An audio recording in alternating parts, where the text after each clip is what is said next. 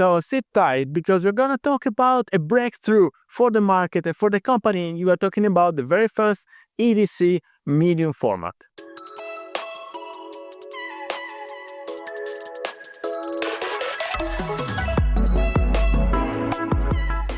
Hello everybody, welcome back to the channel. Thomas Love here from One Lens Only, and today I am thrilled because I saw on Fuji Rumors, which is a trustable source talking about news coming from Fuji. I just realized that each and every company has their own rats. So people that spoil things before they are announced, or maybe these are the companies themselves that want people to know to build the buzz around new products before they are announced and released. So we're talking about March 2025 for this GFX 100 RF. I have here the full specs that leaked, so they are not confirmed yet, but for what they can tell us, it is basically an X Pro 2 with a medium format. So the X Pro 2, it had more or less the same size as normal EDC, was 14 centimeters by 8,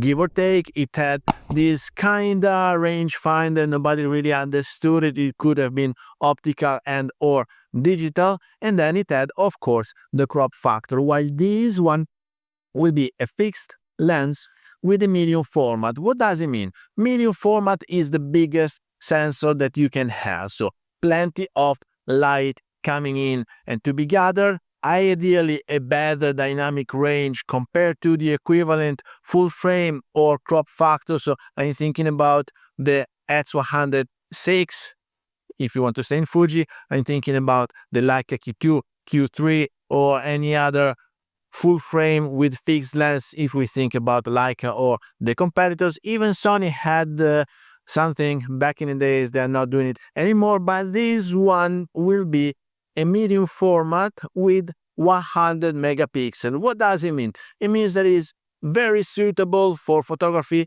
a bit less for videos, because with this medium format and 100 megapixel, it will be very likely to have rolling shutter, and so it will be far less for video. But if you want to hang it onto your neck and go around and visit cities when you're traveling with that thing, that would be a great EDC. Why? Because with 100 megapixel and the glass that leaked, which is 35 mil, equivalent to the 28 mil that we have in the Leica Q2 and Q3, with 100 megapixel, then you can crop in as much as you want. So basically, it's an infinite cropping. And then they said it will not have IBIS, no in-body image stabilization. We assume it will have optical image stabilization in the glass, but still the glass too is not confirmed. So they said name is GFX 100 RF.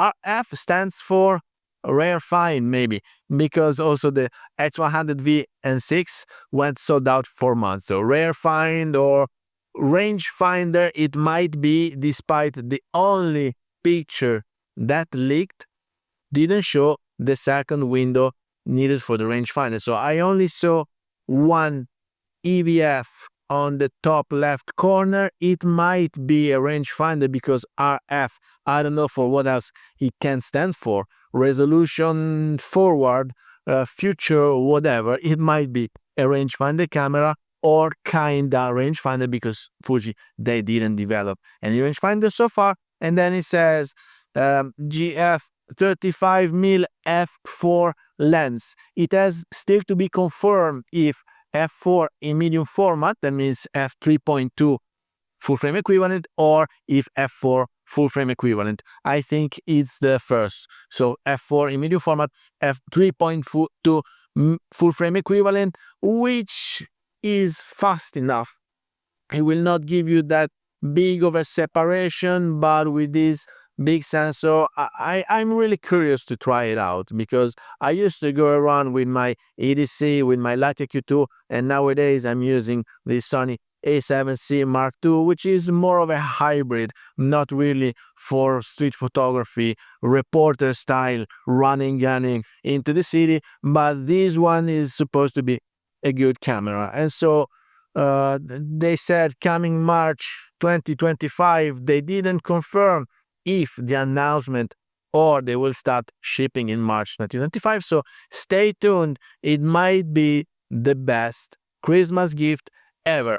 Honestly, I would be very curious to try it out. Why is that? Because I was in love with my Leica Q2 and I used it for 4 years, no matter what comes rain or high water, and I was always out with that hanging onto my neck. So if they were able to squeeze a medium format sensor into a comparable dimensions body, and assuming that the battery will be lasting enough, assuming that I'm not concerned about it, because if you go around for street photography and you only shoot photos, ideally not much video, and I mean, I don't see myself vlogging with a medium format rangefinder camera. Of course, who else would do that? Nobody.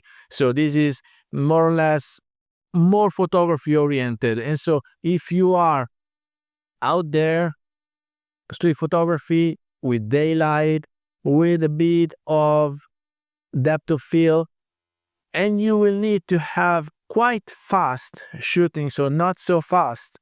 It's not a good at night kind of camera, but with daylight, you don't really need IBIS. I only had OIS in my Leica Q2 and it was plenty, and I never used it because I was never going lower than certain speeds, because otherwise you have motion blur. So if this is a street photography machine gun with a medium format, well, it will be hitting a niche. I don't see people lining up to spend how many $1,000 to get it, but for sure it has to be a new something, because as I keep saying, the sector is stagnating and this product is new to the company and new to the market. So officially, it's a breakthrough.